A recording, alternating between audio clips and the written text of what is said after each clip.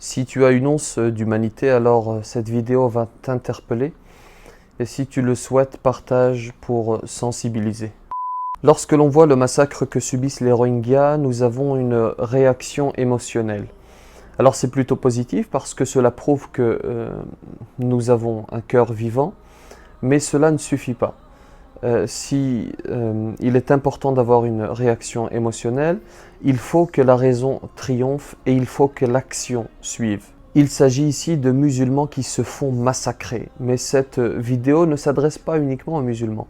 Elle s'adresse à toutes celles et ceux qui sont dignes d'être appelés êtres humains. Nous sommes horrifiés par ce qui s'est passé par le passé, par l'esclavage, par la déportation des Juifs. Pourtant, je ne suis pas juif, et pourtant, mes ancêtres n'ont pas été esclavagisés. Vous savez pourquoi j'ai cette réaction ?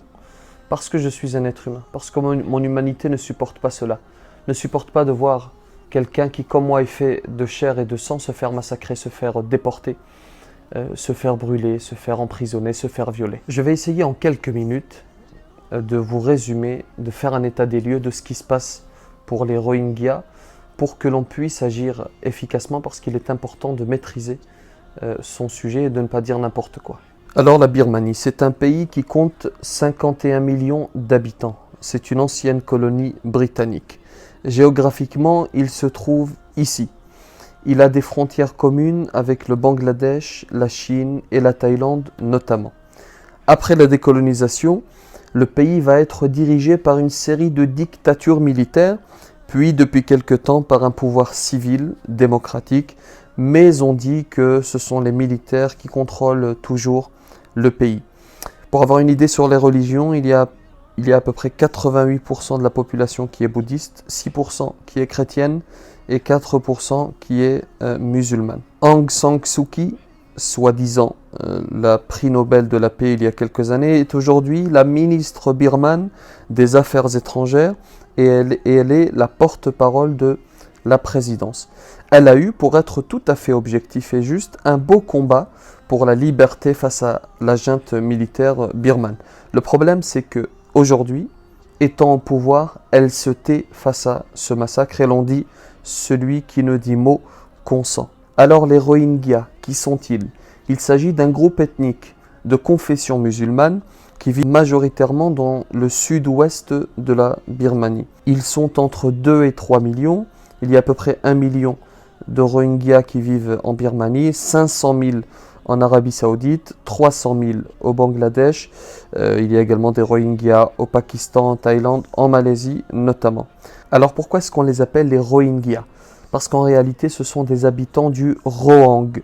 Et le Rohang, c'est l'autre nom de l'Arakan, l'état du sud-ouest de Birmanie dans lequel ils vivent en majorité. Avant 1962, ils sont reconnus en tant que minorité nationale et ils jouissent de tous les droits dont peuvent jouir les minorités, mais cela change malheureusement en 1962 avec l'arrivée d'un dictateur qui s'appelle Ne Win et qui va rejeter toutes les minorités. En 1982, ils vont être privés de nationalité. Ils vont se retrouver apatrides sans nationalité. Et ils vont même être exclus des 135 ethnies reconnues officiellement par la Birmanie. En termes de persécution, c'est allé crescendo. D'abord, ils vont être privés de leurs droits citoyens. Plus le droit de voter, plus le droit de participer au débat concernant le pays dans lequel ils sont nés. Ensuite, ils vont être privés de leurs droits économiques. Ils n'ont pas le droit d'ouvrir un commerce, ils n'ont pas le droit de commercer avec les Birmans. Puis, ils vont être privés de leurs droits sociaux. Ils n'ont pas accès aux soins, interdit de se marier, pas d'enfants. Et évidemment, il est interdit pour un Rohingya de se marier avec un Birman. Que ce soit très clair, il s'agit d'un nettoyage ethnique. Les Rohingyas sont persécutés, torturés, violés, brûlés. On brûle des villages entiers. Ils sont écrasés. On tue sans distinction les femmes, les enfants, les vieillards. Et on a du mal à voir certaines images qui circulent sur les réseaux sociaux. Certains parmi nous sont sensibles et voir des enfants martyrisés, mutilés, tués, c'est très difficile le plus souvent. Les Rohingyas vont avoir une réaction naturelle, ils vont fuir. et ils vont fuir au vu de la proximité géographique de leur pays avec le Bangladesh vers le Bangladesh. Depuis le 25 août, il y a 123 000 Rohingyas qui ont fui vers le Bangladesh, portant le nombre total de réfugiés au Bangladesh à peu près à 500 000. Ils fuient également vers les pays limitrophes comme la Thaïlande. Et ils sont le plus souvent très mal accueillis. Ils sont accueillis ils vivent dans des conditions précaires. Ils vivent dans le dénuement total. Imaginez-vous des femmes, des enfants, des vieillards. Imaginez-vous votre propre famille. Pour réellement comprendre leur souffrance, il faut s'en approcher et se mettre à leur place. Imaginez-vous votre petite famille qui est contraint de fuir, de partir et de vivre dans des camps avec le plus souvent pas d'eau, pas de nourriture, rien pour vivre dignement et correctement. Et parfois, on exploite même leur malheur. On voit ici le côté sombre de l'humanité. En Thaïlande, par exemple, parfois on les arrête et on demande des rançons. Et lorsque l'on n'obtient pas ces rançons, on les tue. Alors la question que l'on se pose tous en ce moment, nous qui avons, je l'espère, un cœur vivant, que faire?